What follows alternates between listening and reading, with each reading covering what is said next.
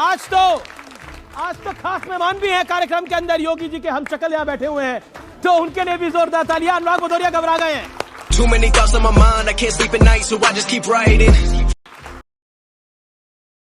जनता जनार्दन है, सबसे पहले जोरदार तालियां। और आज तो खास मेहमान भी हैं कार्यक्रम के अंदर। योगी जी के हम शक्ल यहाँ बैठे हुए हैं, तो उनके लिए भी जोरदार तालियां। अनुराग भदौरिया घबरा गए हैं। Too many thoughts on my mind, I can't sleep at night, so I just keep writing. सबसे पहले इस चर्चा की शुरुआत करता हूं मैं अनुराग भदौरिया आपसे, और 50 सेकंड का वक्त आपको देता हूं। आपके नेतागण तो कमाल है। आपके मेंबर ऑफ पार्लियामेंट कहते हैं कि हम मुफ्ती और मौलवियों की बात मानेंगे, सरकार की बात नहीं मानेंगे। मुफ्ती मौलवी भी क्या संविधान हो गए हैं समाजवादी पार्टी के लिए? देखिए, इस देश के अंदर में भारतीय जनता पार्टी यूसीसी की बात करती है।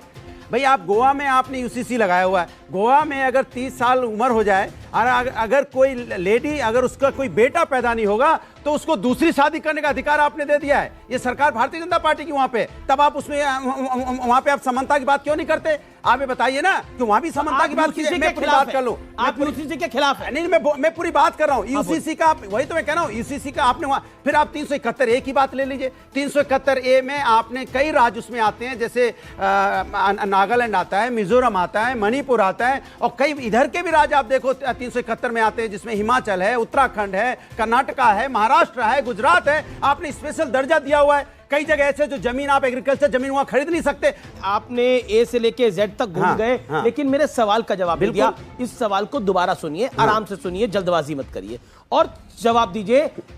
मुफ्ती और मौलाना क्या संवैधानिक हिस्सा हैं जिसकी बात आपके सांसद कर रहे हैं? जवाब दीजिए। कोई इस बात को इस तरह से नहीं कहता है। वो सिर्फ यूसीसी पे बात हो रही है। उन्होंने कहा यूसीसी, मेरी बात सुनिए, मैं कह रहा हूं ना, प्रवक्ता कह रहा हूं ना, यूसीसी उन्होंने नहीं कहा। उनका कहने का नहीं, तात्पर्य अलग निकालो। इन्होंने क्या बोला? उन्होंने नहीं कहा, अलग है, यही बोला ना, नहीं कहा। मेरी बात, व्यूअर्स आप सबने सुना, मेरी बात तो स्क्रीन आप सबने भी सुना, इन्होंने बोला नहीं कहा। अब मैं उनकी बाइट प्ले करता हूं। क्या बोला समाजवादी पार्टी के सांसद ने? जो फैसला यहाँ के उलमा मुफ्तियान करेंगे उसको हम मानेंगे। हम गवर्नमेंट ने यहाँ पर जो तय कर रही है उसके खिलाफ है, यूनिफॉर्म कोड के खिलाफ है। कुरान का हुक्म है, अल्लाह का हुक्म है, उसमें जो अल्लाह का हुक्म है हम उसको मानेंगे। अब बताइए, हाँ क्या मतलब है? अभी तो आप कह रहे थे बोला ही नहीं, अब आप मतलब समझा रहे हैं। हाँ, तो नहीं कह रहा हूँ। बोलिए। मैं साफ कह रहा हूँ। मैंने कहा यूसीसी का, देखिए आप डाइवर्ट मत कीजिए। डाइवर्ट नहीं कर रहा, मैंने तो वही चलाया जो उन्होंने बोला। मैं कह रहा हूँ डाइवर्ट आपने करा। नहीं, मैं नहीं कह रहा हूँ। मैं कह रहा हूँ गोवा के अंदर से हटाइए आप यूसीसी। क्या बात है, अगर बेटा पैदा नहीं होगा दूसरी शादी कर लेंगे आप? अरे भैया,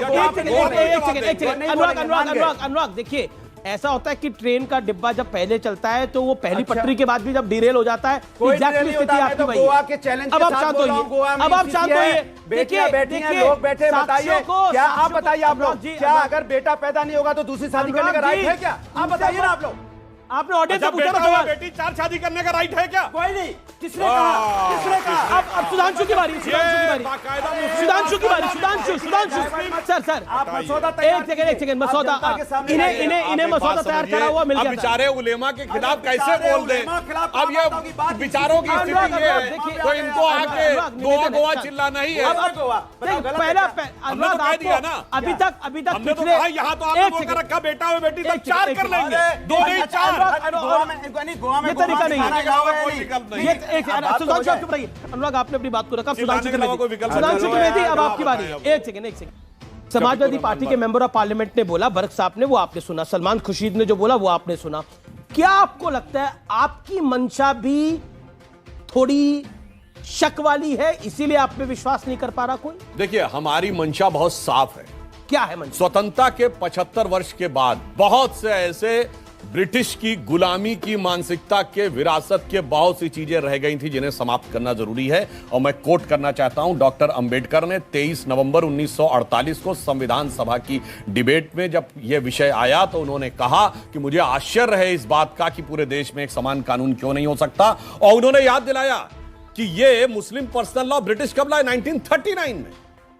यानी कब यह बात हो रही 48 की? उन्होंने कहा केवल 10 साल पहले पूरे भारत के सारे मुसलमान, यहां तक कि वो इलाके जो अब पाकिस्तान बांग्लादेश में चले गए, नॉर्थ वेस्ट फ्रंटियर प्रोविंस, सब कॉमन लॉ से गवर्न होते थे। तो ये क्यों नहीं हो सकता? तो ये फूट डालो राज करो की नीति की औपनिवेशिक विरासत को अभी तक लोग ढो रहे हैं और एकात्मता नहीं लाना चाह रहे हैं। इसलिए मैं ये कहना चाहूंगा, हम जानते क्यों लाना चाह रहे हैं। एक पुरानी पंक्ति थी कविता की कि उगा सूर्य कैसा कहो मुक्ति का ये, उजाला करोड़ों घरों में न पहुंचा। उसी की आगे की लाइन है ना, संयम व्यवस्था ना एकात्मता है, भरी है अभी तक मनों में गुलामी। वही राग अंग्रेजियत का पुराना, सुनाते बड़े लोग नामी गिरामी। इसीलिए प्रजातंत्र की धार उतरी गगन पे, मगर नीर जन सागरों तक न पहुंचा। तो अब मोदी जी के नेतृत्व में प्रजातंत्र की वह धार, वो सबके वो मुक्ति का सूर्य, उसका उजाला क्यों नहीं मुस्लिम बेटियों के एजेंडा पास धार्मिक पहुंचना नहीं है। चाहिए? हमें बोल आपका एजेंडा धार्मिक नहीं है। 10 सेकंड लाइन और कह दूं। जी जी जी, 10 देश में विचित्र अनुराग स्थिति शांत है। रहिए, सुनिए, आपका टर्न हो विचित्र चुका है। स्थिति है। 10 सेकंड जी, समानता की बात में सांप्रदायिकता नजर आती है और संप्रदाय सापेक्ष नियम में धर्मनिरपेक्षता नजर आती है। ऐसा विचित्र उदाहरण आपको दुनिया में कहीं ठीक है। देखने को नहीं मिलेगा।